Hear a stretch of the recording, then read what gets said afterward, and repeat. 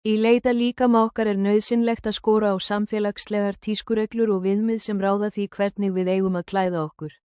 Að faðma líkama okkar þýðir að faðma frelsið til að klæðast því sem gerir okkur hamingjusum, að hunsa handahófskendar leiðbeiningar sem takmarka sjálfstjáningu okkar.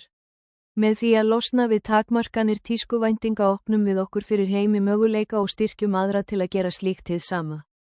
Föt hafa mátt til að hafa áhrif á hvernig okkur líður með líkama okkar. Með því að nota tísku sem verkfæri til sjálfstjáningar, faðma fjölbreyttan stíl og forgangsraða þægindum getum við skapað jákvætt og valdeflandi samband við líkama okkar. Fögnum fegurð einstaklingshyggjunar, skorum á samfélagslegar viðmiðanir og byggjum upp menningu þar sem föt verða hvati fyrir líkama okkar. Munið að hver líkami einstakur og á skilið að vera fagnaður og tísku getur verið öflugur bandamaður á vegferð okkar í átt að sjálfselsku og jákvæðni í líkama okkar. Að líða vel í fötunum okkar mikilvægur þáttur í líkama okkar.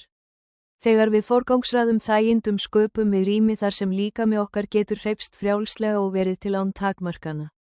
Þessi áhersla á vellíðan gerir okkur kleift að einbeita okkur að gleði og upplifunum lífsins frekar en að festast í skynjuðum göllum. Með því að velja föt sem eru vel við húðina og styðja við líkamlega eiginleika okkar, ræktum við jákvætt samband við líkama okkar og forgangsraða sjálfsömunum. Hreyfingin jákvæða líkamsbyggingu félagsleg og menningarleg hreyfing sem berst fyrir viðurkenningu og fagnaðarlæti á öllum líkamsgerðum, lögunum, stærðum og útliti.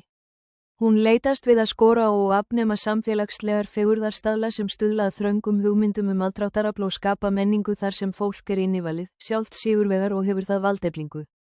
Jákvæð líkamsbygging leggur áherslu á að allir líkamar, óháð stærð, séu verðugir ástar, virðingar og viðurkenningar. Hún skorar á fitufóbíu og leitast við að útrýma fordómum sem tengjast þyngd. Hreyfingin hvetur einstaklinga til að faðma líkama sinn og rækta jákvæða sjálfsmynd. Hún stuðlar að sjálfsumönnun, sjálfsumhyggju og höfnun á skaðlegum venjum eins og öfgafullum megrunarkúrum eða óhóflegri hreyfingu til að laga sig að samfélagslegum stöðlum. Jákvæð líkamsbygging berst fyrir fjölbreyttari framsetningu á fjölbreyttum líkama í fjölmiðlum, tískuiðnaðinum, auglýsingum og öðrum vettvangi. Það miðar að því að skora á þröngar fegurðarhugsjónir sem almennir fjölmiðlar halda uppi og lyftir í staðinn upp og fagnar líkama af öllum stærðum, gerðum, kynþáttum, hæfileikum og kynvitund.